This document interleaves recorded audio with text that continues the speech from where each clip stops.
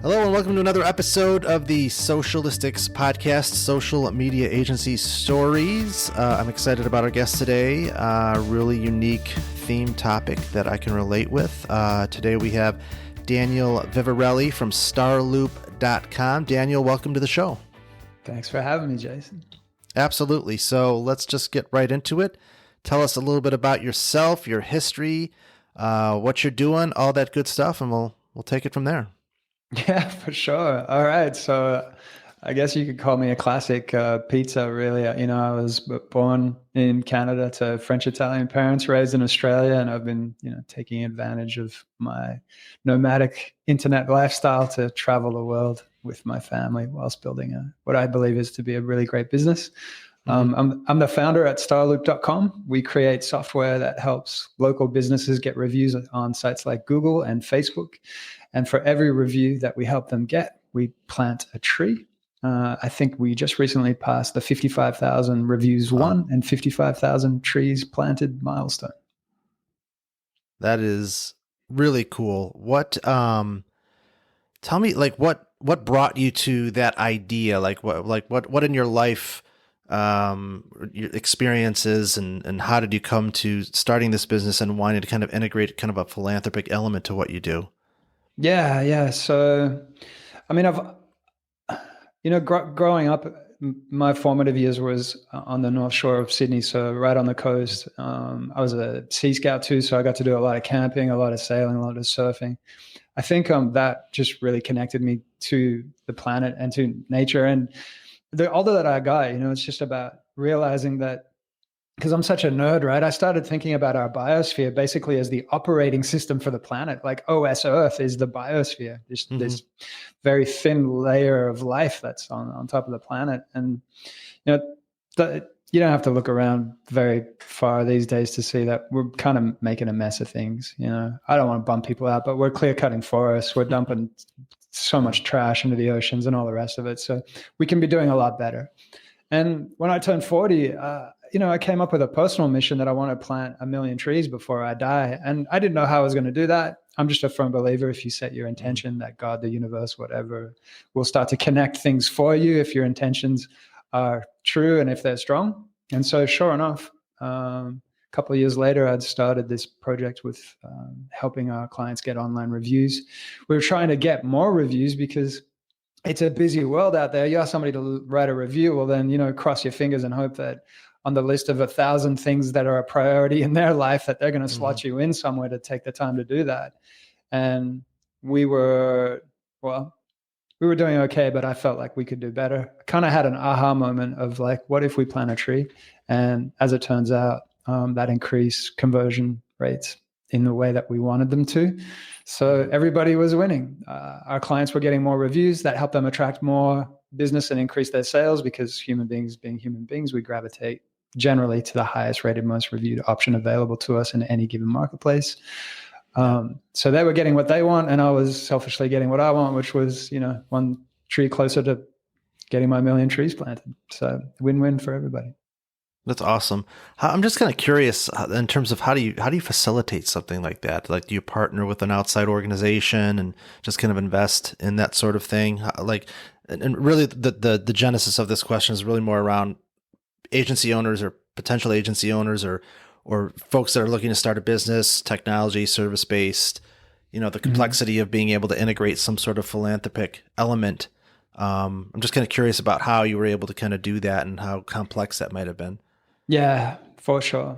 So I had discovered a company called Ecosia, and they were a search engine who basically was white labeling Bing. So they did a deal with Microsoft or Yahoo or whoever owns Bing at the time and just said, look, can we use your search engine? We're going to put a logo on it. And for every X amount of ad revenue dollars that we get, we're going to plant a tree. And so that to me kind of, amongst other things, started rewiring my brain on what business could be like. That business could be used as a force for good. And that along with the story of Tom's Shoes. Are you familiar with those guys? Yeah. Yep. Yeah. So Hmm. Tom's was the other business that rewired my brain with their whole Hmm. premise of buy one, give one. For your listeners who don't know, be surprised if they don't because it's such a huge brand now. But the premise behind Tom's Shoes is you buy a pair of shoes and they'll give away a pair of shoes to a kid who needs a pair of shoes, predominantly in places like Africa and Asia. And so Tom's for me was just a kind of like a moon landing moment. You hear old people like going, I remember where I was when, man landed on the moon. For me, I Hmm. remember where I was when I first heard about Tom's because I was like, well, that's crazy. Like the world does not need another shoe company. Like when Tom's showed up, there was already like 100,000 shoe companies on planet Earth. Hmm. And they come along with this very remarkable premise. And next thing you know, like, I mean, this is a I don't know how much it's worth, but it's worth a lot. Like Yeah. they managed to win market share on the back of, well, smart execution for sure, but on the back of a really great, remarkable promise. And so, yeah, for me, that started just like opening my eyes to what's possible. That business doesn't just need to be about cash; that it could be a bit more holistic, and that Hmm. um, that to me also meant that I could dovetail two of my most favorite subjects in the world, which is ecology and entrepreneurship. Yeah. No, I love that. That's such a cool concept and idea. So, how long has Starloop.com been in business? And tell me a little bit more about um, just I've seen a lot of online review platforms. Just Mm-hmm. kind of curious about, aside from obviously the philanthropic side of what you're doing and planting a tree with every review, are there other things that you guys do specifically that's unique, different? And then just kind of go into a little bit about the importance of having an online review strategy and what that can mean for a business. Yeah, for sure. Well, I'd say one of the things that we do that's, or at least that was a little bit different. The tree planting, I think, we're still the only one that's doing that. Hmm. I mean, that Sure. was something that we started like 5 years ago as an agency. Actually, that's how the concept started. We've only been a software as a service company for about a year. Oh, okay. I basically pivoted the agency. It was like, all right, like it's been fun to travel the world and have a great lifestyle business, but I want to get serious about it. So I brought on CTO and we developed a platform, Starloop 2.0, from the ground up. Um, Aside from that, what was the second part of your question? Sorry. Just how or why businesses should be taking seriously the idea of having a tool like yours to kind of consistently be building up their online reviews, as opposed to what else they might otherwise be doing. Yeah, for sure. Look, I'm super biased, so you got to take everything I say with a grain of salt. But I think Sure. if you stack up like 100 of any of your typical tools of the trade in digital marketing, so 100 cold emails or even 100 warm emails for that fact, 100 tweets, 100 Facebook posts, 100 Instagram posts, or 100 online reviews on Google, for example, like just in my experience, most people Mm-hmm. can't do social very well. So 100 Mm-hmm. Facebook posts is not going to really impact their bottom line. And Mm-hmm. plus, creating 100 Facebook posts, man, I'm getting tired just thinking about the amount of work that would need to go into that.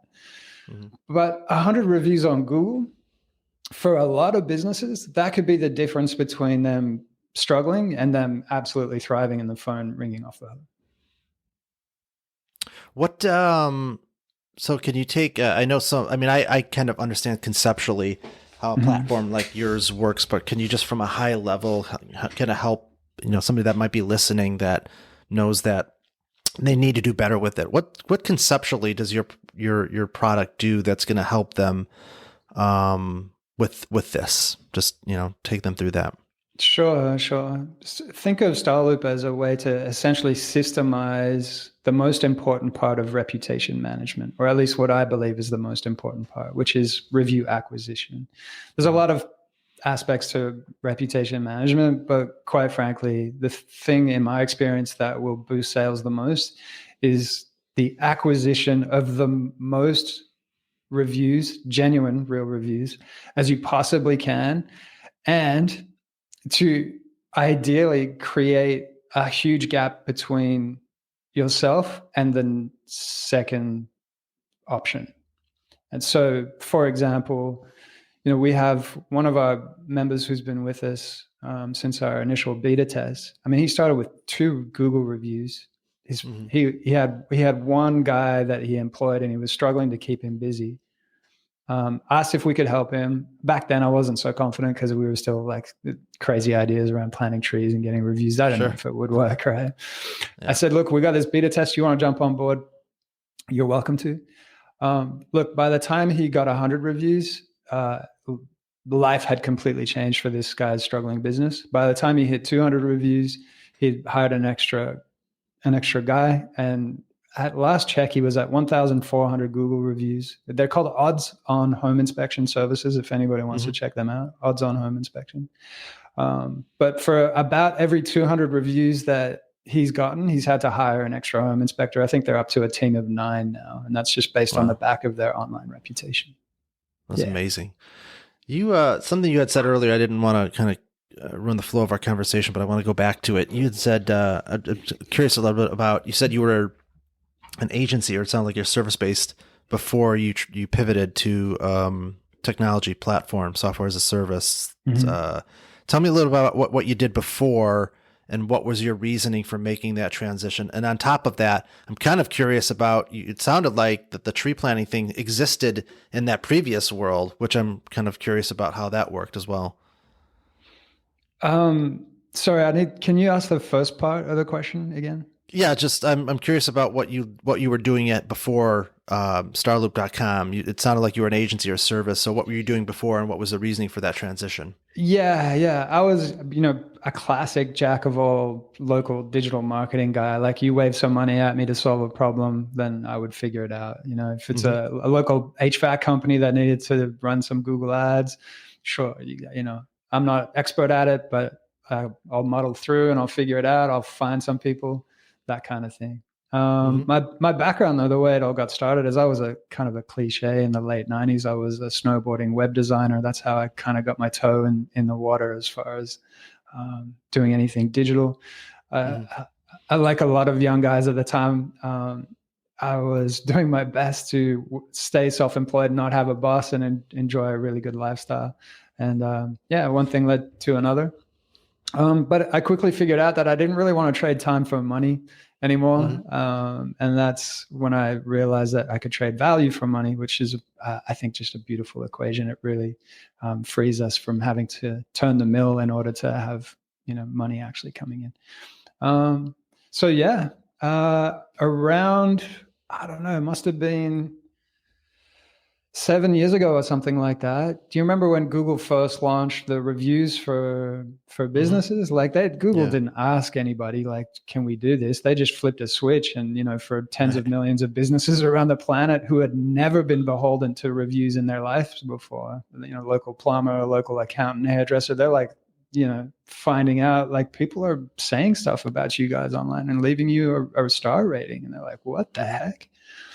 And you got to think too, like Jason, I'm sure you've worked with enough local businesses that part of your heart goes out to them that they've got now yet another digital thing that they have to contend with when they're just Yeah. like trying to get their head around all the digital stuff that they've had to already.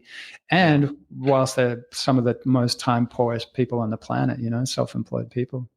Hmm. So yeah, I saw that happen, but it wasn't until a year or two later that I really just started to understand how much of an impact the reviews were having on sales. And the aha moment for me, I think, was a paper published by a guy called Michael Luca called Online Reviews and Reputation, The Case for Yelp.com. He's a professor at Harvard School of Business. And I mean, this is a paper that would put an insomniac to sleep, like it's Hmm. super boring. But for a guy like me, I was like going, this is insane. Like what he had discovered, and I'm paraphrasing here because I'm going back 5, 6 years when I read this, but he discovered that um, by taking publicly available tax filing data from the state of Washington and correlating that with the same businesses' Yelp's star reviews, he could see that businesses that had managed to increase their star rating by 1 star had revenue increases something in the vicinity of 15%. Hmm. Yeah. Wow. And I was like, damn, like that's insane. And that's just Yelp. Like I know that Yelp's a big deal for like certain industries, but it's not a big deal for a lot of them. In fact, there's a lot of types of professions that people would never go to Yelp first to search for. They're definitely going to head to Google as the first port of call to find a lot of different kinds of businesses. And so I thought to myself, well, if a star increase on Yelp is having that kind of an impact, like Google must just be, yeah, the thing that's going to really, really make the phone ring. And sure enough, like the smart businesses, like for over the last 5 years, who have somehow caught on to this, they're they're just like stealthily executing one of the smartest, most lucrative marketing campaigns in plain sight of their competitors. Like their competitors probably have no idea why their phones are ringing less and less. And Joe down the road is just looking always like he's just got too much work to handle. And at some point, they're going to jump online and go, well, oh, damn, like, yeah, he's got 359 reviews and we're sitting on two. Like, yeah, they're going to connect the dots eventually because it's just that profound the impact it can have. Yeah. So I have a selfish question for you, because this is what's really interesting to me that's come out of this conversation is, Sure. and I can relate to your journey in terms of, I love what you said about, trading your time for money. I can totally relate. The agency space is super competitive. It's a grind, having to consistently, find new clients and manage those relationships. I'm not where you were at quite yet, but I could see myself getting there. And I always think about, man, what's going to be the next thing that I do that's maybe, not having to deal in a similar type of environment. So what I'm really curious about is, obviously there's a lot of people or businesses that do what you do in terms of online review management. I've experienced them. I've seen them. Mm-hmm. What is the true differentiator for you when you kind of decided to launch starloop.com? Did you really, was the differentiator the planting a tree thing? Was that really what you would attest to the success that you've had and the growth that you've had as a business? Is it really come down to that? I mean, obviously it assumes that you're delivering on the technology side and it's doing what you say, like, but are you doing what everybody else is doing? And the real differentiator in terms of your growth, is that that philanthropic piece? Is that really what's been able to have separate you and allow you to kind of do what you're doing? Yes and no. And it's a two-part answer to this. I mean, look, it doesn't hurt that we do have this very compelling differentiator, as you call it. I like the term that Seth Godin uses for this kind of stuff of purple cow, this purple cow story. Haven't heard that one.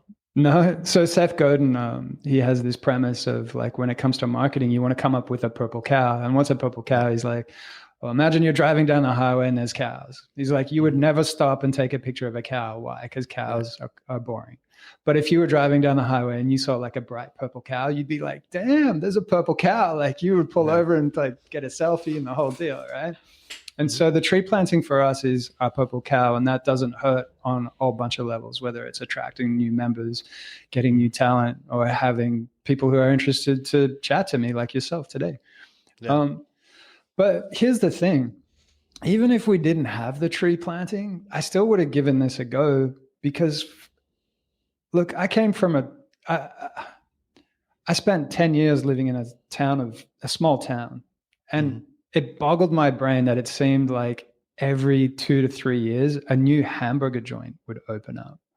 And I'm like, there's already like 20 hamburger joints in this town of 30,000 people. Like, what the heck's going on? Is there room for another one, And I really do believe that. Like, if somebody's just passionate, if they've got an idea, a concept, and they just feel like it's time for them to execute, like, just go for it. Just punch it. Like, you'll figure something out, a way to stand out and sell a burger, fries, and Coke just like everybody else. Just put your twist on it, Yeah. No, I love that. Yeah, I think about that. I often find myself sometimes paralyzed. Like I'll have an idea, but I'll just be like, man, everybody's already doing that. But at the same time, it's pretty rare for somebody to invent or do something that's never been done before. That's Exactly. pretty rare. It's really about, figuring out what you're passionate about and figuring out what's going to make you different or unique that you're going to be able to compete with. So Yeah. I can totally see how oh, go ahead. I was going to say, yeah, and just kind of based on like the sort of pre-conversation that we had, I want to jump in on that of Mhm. figuring out how to make one unique and how to make one have that point of differentiation that gives them the competitive advantage. And if it is going to revolve around something that I believe is for social environmental good, Mhm. um, like I know this is going to sound woo and it's going to sound naive and really optimistic, but I believe that's pretty much the way forward for every single business. And that businesses Yeah. that don't start figuring out this piece are going to start getting left behind in the dust. I remember hearing about this lawyer, and I don't know if he was like doing family law, like divorces, wills and estates, real Mhm. estate contracts, that kind of thing. Um, but I can't remember what the tipping point was or the trigger, but at certain X amount of whatever contracts or something, he would go to Walmart, he would buy a bike, and he would take it to a local orphanage. And he had, I don't know, a counter, which was like 147 bikes delivered, you know? Mhm. And I always found that really remarkable because think about like in any given town, there's countless number of lawyers to choose from, and they're all saying the same thing: "We're a good law Mhm. firm. You should trust us. Give us a call." But now, like this guy is most likely, I would imagine, in his community, being talked about at barbecues, at dinner time, Yeah. at water coolers, you name it. Like the amount of good for his business that's being done for by him doing good for his community will be immeasurable and probably pay him back 100-fold. So I think, quite honestly, it's up to every business to find a KPI that's something more than just dollars, and to Mhm. go all in on that. Yeah.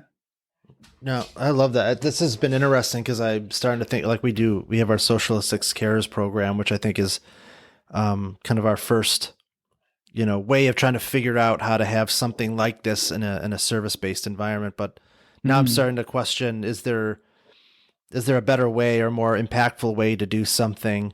So it's got my wheels kind of turning a little bit in terms Nice. of what could that look like, and trying to kind of zero in on something that's maybe a little bit more specific or tangible as opposed to just kind of a general kind of approach. So Mm. super interesting stuff. I really love what you're doing. I couldn't agree more about the online reputation piece. It's a huge component to what we do and what we advise for our clients. I'm definitely going to take a harder look at what you guys are doing, and seeing if that's a good fit that we can Cool. partner on for sure. But anything that I didn't ask you that you might want to throw in that relates to our conversation before we wrap things up? Mm, let me think here. No, I mean, I think we kind of covered it. If it's a local business that's listening, look, Yeah. regardless of whether you guys are considering starloop.com or not, if you're a local business, I beg you, like, just if you haven't got a solution in place to get reviews, like, just start taking this seriously. You don't want to wake up a year, 2, 3 years from now with figuring out that you're at the back of the pack for all your competitors when it comes to reviews and reputation. I really want to implore business owners to think about how they shop. Like, think about how you shop. You go, like, even if it's just Amazon, Hmm. you will gravitate towards the highest rated products on Amazon. You're not looking for perfect. You're just looking for something that has a healthy ratio of positive to negative reviews, and Yeah. that's going to get you to transact. Well, in every town, USA, for every profession, there's somebody typing in, hairdresser and accountant and CrossFit gym and plumber, and they're deciding who to call first using the exact same Yeah. basic human psychology. So yeah, that's the last thing I would leave your listeners with. Just get on it. It takes Yeah. time to build a reputation, and every day that slips by where you don't have a strategy or a game plan in place is a day that your competitors can pull further ahead. Yeah. No, I love it. No, that's awesome stuff. Well, that's awesome. I really appreciate your time having you on the show. Some really insightful stuff. Where can people find you, your business, all that good stuff? Yeah, yeah. So starloop.com and Hmm. just hello at starloop.com if they want to reach me. Okay, awesome. Well, Daniel, thank you so much for being on the show today. Really awesome stuff for the audience and myself for that matter. So Thanks so much for joining us today. Pleasure, Jason. Thanks for having me. Awesome. And that'll do it for this week's episode of Socialistics. Make sure you like, subscribe, share, all that good stuff. Show notes, I'll have everything in there we talked about today. Thanks for listening, and we'll catch you next episode.